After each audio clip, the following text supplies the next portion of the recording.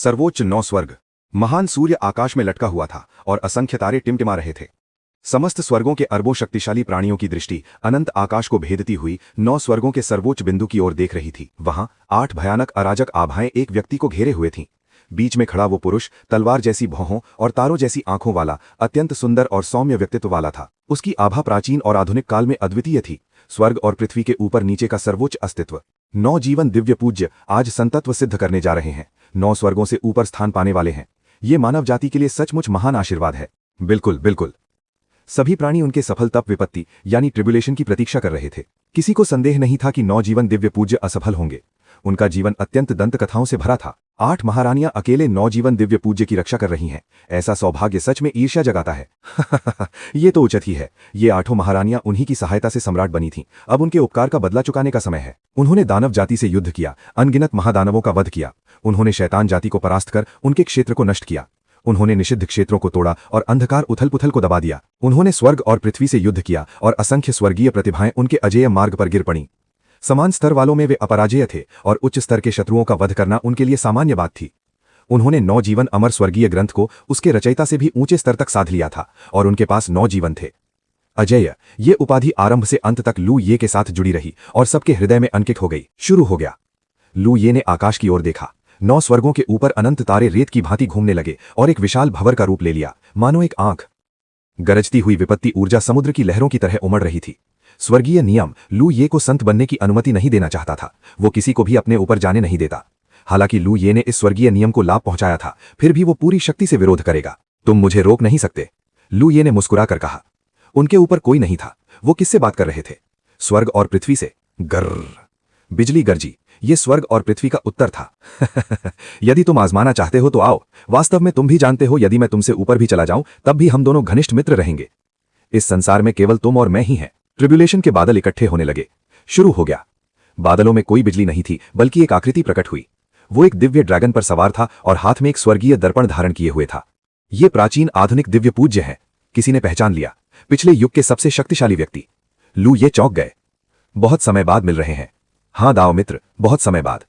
दोनों ने वास्तविक रूप से कभी भेंट नहीं की थी, पर समय नदी में उनका सामना हुआ था। युद्ध। अच्छा। दोनों ने आक्रमण किया। उनके एक साधारण प्रहार से ही आकाश फटने लगा और स्थान आदिम अराजकता में बदल गया। 8 सुंदर आकृतियां पीछे हट गईं। युद्ध तुरंत तीव्र हो गया। प्राचीन आधुनिक दिव्य पूज्य ने समय तकनीक का उपयोग किया और अलग अलग कालों में जाकर लू ये के भिन्न रूपों पर आक्रमण किया। अचानक लू ये के शरीर पर महान दाव के घाव प्रकट हुए। 1, 2, 3, कुल 8 घाव। ये कैसे संभव है? इसका मतलब अतीत में लू ये 8 बार मारे गए थे। दाव मित्र, आपकी गहरी भावनाएं प्रशंसनीय है। प्राचीन आधुनिक दिव्य पूज्य मुस्कुराए। फिर विष। ये तो यिन यांग भक्षक गु है। लू ये की आंखें फैल गईं। उन्होंने बाहरी 8 आकृतियों की ओर देखा। यिन यांग भक्षक गु केवल यिन यांग मिलन के समय लगाया जा सकता है, अर्थात उनकी 8 विश्वस्त महारानियां। लू ये क्रोध से उबल पड़े, पर महारानियां एक एक करके बोली, तुम्हारा स्नेह केवल स्वार्थ था। हमारी स्वतंत्रता छीन ही। हम आजाद होना चाहती हैं। 8 यांगू एक साथ उग्र हो गए। भीतर और बाहर दोनों ओर से संकट। लू ये का दाव हृदय भी डगमगाने लगा। एक के बाद एक प्राचीन शक्तिशाली प्राणी प्रकट हुए। लू ये का शरीर चूर चूर होने लगा। उनकी महान दाव नष्ट होने लगी। आखिर उन्होंने आकाश की ओर देखा। पुराने मित्र, मैं तुम्हारी अंतिम बार सहायता करूंगा। उनका शरीर प्रकाश का स्रोत बन गया। चलो साथ मरते हैं। असीम प्रकाश ब्रह्मांड के किनारे उभरती अंधकार की गांठ की ओर दौड़ा। धड़ाम। एक दिव्य पूज्य के आत्मविस्फोट से समस्त दाव ढह गए। 9 स्वर्ग कांप उठे। प्राचीन आधुनिक दिव्य पूज्य का विखंडित रूप फिर प्रकट हुआ, पर यह वो नहीं था। कोई और उनके चेहरे के साथ। उसकी आंखें शीतल थीं, पर जब उसने 9 जीवन दिव्य पूज्य को आत्मविस्फोट करते देखा तो उसकी आंखों में क्षणिक कंपन आया। पुराने मित्र, उसने धीमे स्वर में कहा, मैं उन्हें तुम्हारे साथ भेजूंगा। उसने हाथ हिलाया। टूटी हुई अनगिनत दाव और समय नदी मिलकर एक भंवर बन गए। 8 महारानियां बिना प्रतिरोध के उस भंवर में खिंच गईं। नाटक अब प्रारंभ होता है। सर्वोच्च 9 स्वर्ग।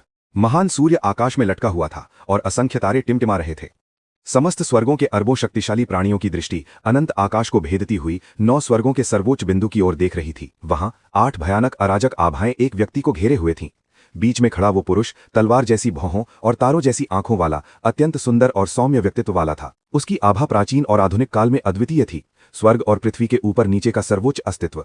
9 जीवन दिव्य पूज्य आज संतत्व सिद्ध करने जा रहे हैं। 9 स्वर्गों से ऊपर स्थान पाने वाले हैं। ये मानव जाति के लिए सचमुच महान आशीर्वाद है। बिल्कुल बिल्कुल। सभी प्राणी उनके सफल तप विपत्ति यानी ट्रिब्युलेशन की प्रतीक्षा कर रहे थे। किसी को संदेह नहीं था कि नवजीवन दिव्य पूज्य असफल होंगे। उनका जीवन अत्यंत दंत कथाओं से भरा था। 8 महारानियां अकेले नवजीवन दिव्य पूज्य की रक्षा कर रही हैं। ऐसा सौभाग्य सच में ईर्ष्या जगाता है। ये तो उचित ही है। ये 8 महारानियां उन्हीं की सहायता से सम्राट बनी थीं। अब उनके उपकार का बदला चुकाने का समय है। उन्होंने दानव जाति से युद्ध किया, अनगिनत महादानवों का वध किया। उन्होंने शैतान जाति को परास्त कर उनके क्षेत्र को नष्ट किया।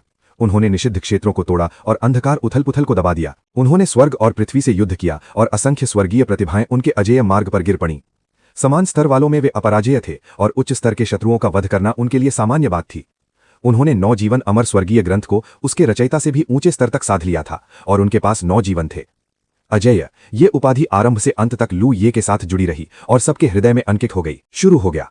लू ये ने आकाश की ओर देखा। 9 स्वर्गों के ऊपर अनंत तारे रेत की भांति घूमने लगे और एक विशाल भंवर का रूप ले लिया, मानो एक आंख।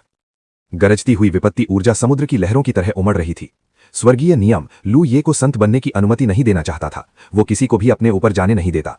हालांकि लू ये ने इस स्वर्गीय नियम को लाभ पहुंचाया था, फिर भी वो पूरी शक्ति से विरोध करेगा। तुम मुझे रोक नहीं सकते, लू ये ने मुस्कुरा कर कहा। उनके ऊपर कोई नहीं था। वो किससे बात कर रहे थे? स्वर्ग और पृथ्वी से। गर्र, बिजली गरजी। ये स्वर्ग और पृथ्वी का उत्तर था। यदि तुम आजमाना चाहते हो तो आओ। वास्तव में तुम भी जानते हो, यदि मैं तुमसे ऊपर भी चला जाऊं तब भी हम दोनों घनिष्ठ मित्र रहेंगे। इस संसार में केवल तुम और मैं ही हैं। ट्रिब्युलेशन के बादल इकट्ठे होने लगे। शुरू हो गया। बादलों में कोई बिजली नहीं थी, बल्कि एक आकृति प्रकट हुई। वो एक दिव्य ड्रैगन पर सवार था और हाथ में एक स्वर्गीय दर्पण धारण किए हुए था। ये प्राचीन आधुनिक दिव्य पूज्य है। किसी ने पहचान लिया। पिछले युग के सबसे शक्तिशाली व्यक्ति। लू ये चौंक गए। बहुत समय बाद मिल रहे हैं। हाँ दाव मित्र, बहुत समय बाद। दोनों ने वास्तविक रूप से कभी भेंट नहीं की थी, पर समय नदी में उनका सामना हुआ था। युद्ध। अच्छा। दोनों ने आक्रमण किया। उनके एक साधारण प्रहार से ही आकाश फटने लगा और स्थान आदिम अराजकता में बदल गया। 8 सुंदर आकृतियां पीछे हट गईं। युद्ध तुरंत तीव्र हो गया। प्राचीन आधुनिक दिव्य पूज्य ने समय तकनीक का उपयोग किया और अलग अलग कालों में जाकर लू ये के भिन्न रूपों पर आक्रमण किया। अचानक लू ये के शरीर पर महान दाव के घाव प्रकट हुए।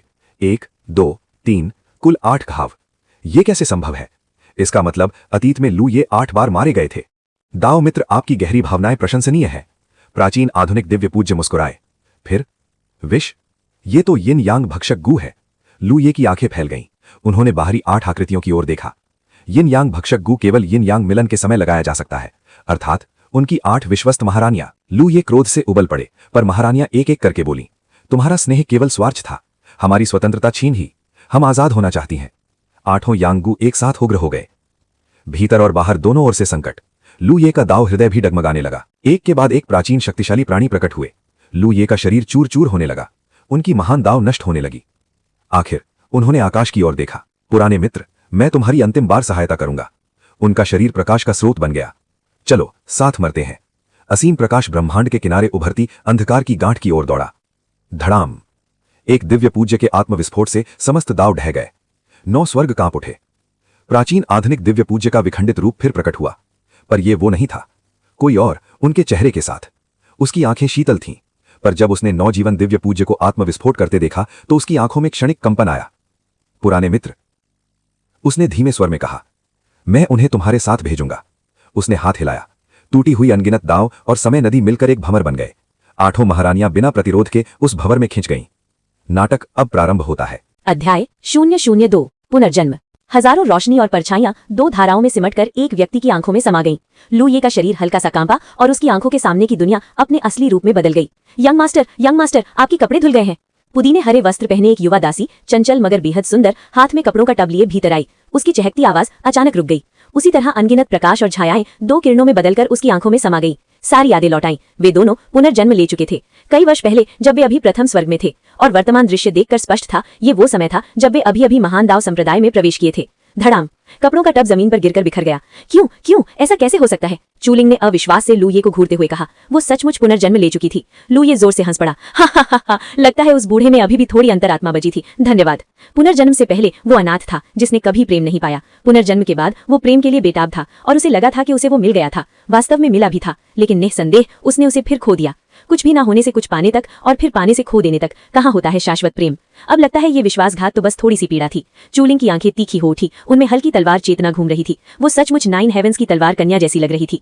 तुम्हारे पास 9 जीवन थे, फिर तुमने पहली ही जिंदगी में आत्मविनाश क्यों किया? लुये ने कोई स्पष्टीकरण नहीं दिया। तुम्हें इससे क्या मुझे तुम्हें जवाब देना जरूरी है? उसने लापरवाही से कहा। उसने अपने भंडार थैले से एक कागज निकाला, गुलामी का बंध पत्र। चूलिंग का चेहरा बदल गया। असल में ये केवल नश्वर दुनिया का एक दस्तावेज था जिस पर महान दाव के नियमों की कोई मुहर नहीं थी। इसे तोड़ने पर कोई दंड नहीं था, लेकिन चूलिंग इसे घोर अपमान मानती थी। गहरी नफरत के बावजूद उसने इसकी शर्तें निभाई थी। लुये ने बिना झिझक कागज में आग लगा दी। लपटें उठी, काली राख नीचे गिरने लगा। ठीक है, तुम आजाद हो। चूलिंग ने अनजाने में दांत भींच लिए। उसका सुंदर चेहरा ठंडा पड़ गया। क्यों? तुमने अब तक मेरे सवाल का जवाब नहीं दिया। पहली जिंदगी में आत्मविनाश क्यों?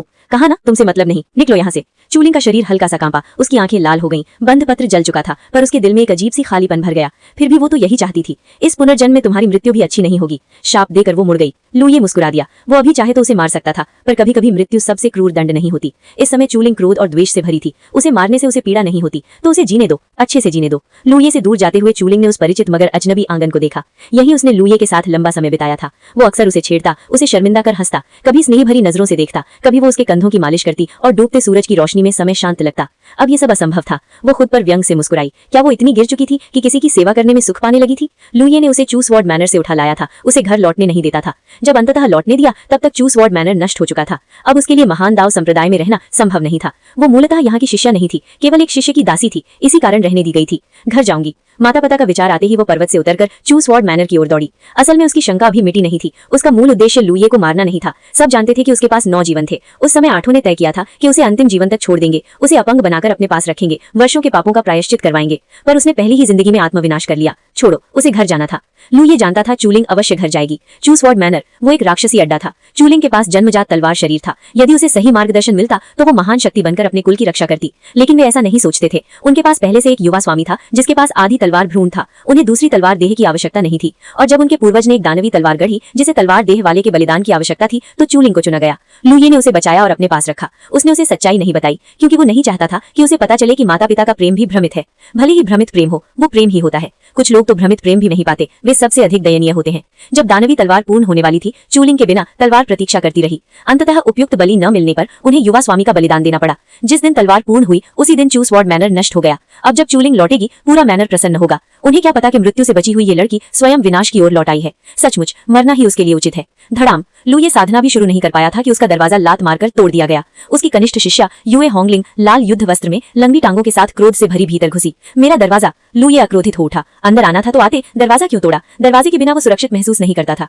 क्षण भर में उसका शरीर लुप्त हुआ और उसने युए होंगलिंग की गर्दन पकड़ ली। युए होंगलिंग ने ठंडे स्वर में हाथ उठाकर वार किया, पर एक ही चाल में उसकी गर्दन लुये के हाथ में थी। लुये ने उसे हवा में उठा लिया। आज तुम मेरा दरवाजा ठीक करोगी, नहीं किया तो गला घोंटकर मार डालूंगा। उसकी आवाज बर्फ जैसी ठंडी थी। युए होंगलिंग की आंखों में जिद थी। उसका सुंदर चेहरा लाल हो गया था। लुये ने भी पकड़ ढीली नहीं की। घोंट दो, मार ही डालो। उसकी सांस रुकने लगी। मृत्यु की छाया उसे घेरने लगी। क्या वो सचमुच उसे मार देगा? क्या ये वही वरिष्ठ भाई है जो उसे स्नेह करता था? नहीं, वो अभी नहीं मर सकती। वो फीनिक्स विदाउट ईविल से अभी नहीं मिली थी। पुनर्जन्म के बाद उन्हें अमर प्रेमियों का जोड़ा बनना था। मैं दरवाजा ठीक करूंगी, कर्कश आवाज निकली। तब जाकर लुये ने उसे फेंक दिया। जब मैं लौटूं अगर दरवाजा ठीक नहीं मिला तो तुम मरोगी। मैं मजाक नहीं कर रहा।